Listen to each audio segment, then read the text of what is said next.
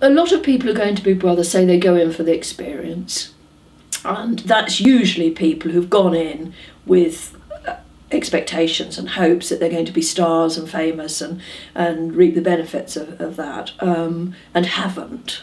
That's what they say, and that's why they say we've gone in for the experience. I genuinely went in for the experience, and I went in for it to alter my life as little as possible. You left quite early, and 11 days, we get the impression that you probably found the experience quite unpleasant. Yes. How was it unpleasant? It was deeply unpleasant.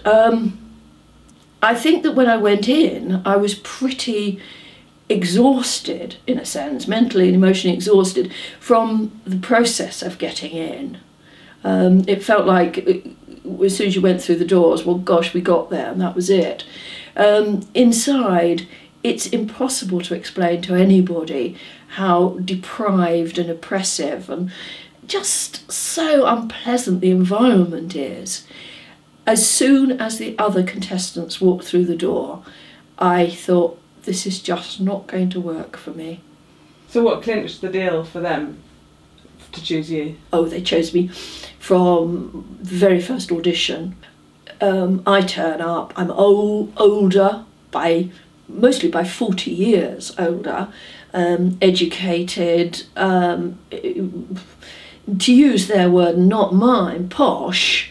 You don't get too many posh people at a Big Brother audition. Fairly articulate. They were bound to choose me from day one. I could see that. I never had any doubts that I would be chosen. Did you fancy Ziggy like everyone else seemed to? I think I say in the book that I simply couldn't understand what was going on sexually in the house, because in my day, 40 years ago, 20 years ago even, I would have taken one look at him, got in there, had my way with him, and that would have been that. Dry humping, I'd be mortified. I'd be absolutely mortified. If I came out of the Big Brother house and I had to face my parents, heaven forfend, and they said, did you have sex or didn't you under the covers? And I had to confess to dry humping.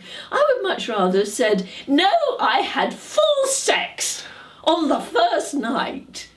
Well, I think a lot of women were like that were like me, but this faffing about, yes, I would have, even 20 years ago, I would have pushed them aside and said, come on, and had a go.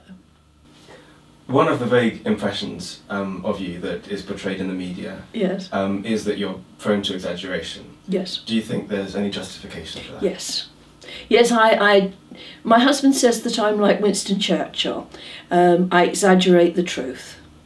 That's what Winston Churchill did, and I put my hand up and I say, yes, I will do that. I think in modern parlance it's called bigging yourself up. Of course I do it. But it's always the truth. It's the exaggerated truth.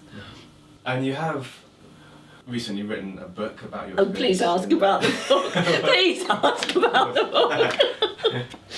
Would you like to, by any chance, say anything about it? Yes, I would. But you're forcing me, but I will. I will do this.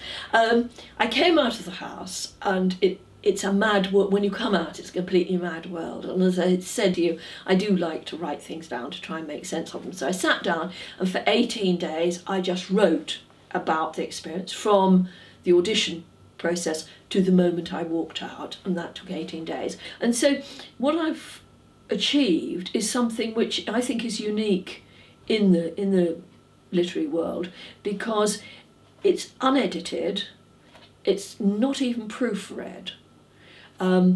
It's written in the 18 days after I came out of the house, so it's a raw, fresh experience. It is unlikely that any other Big Brother contestant could do that.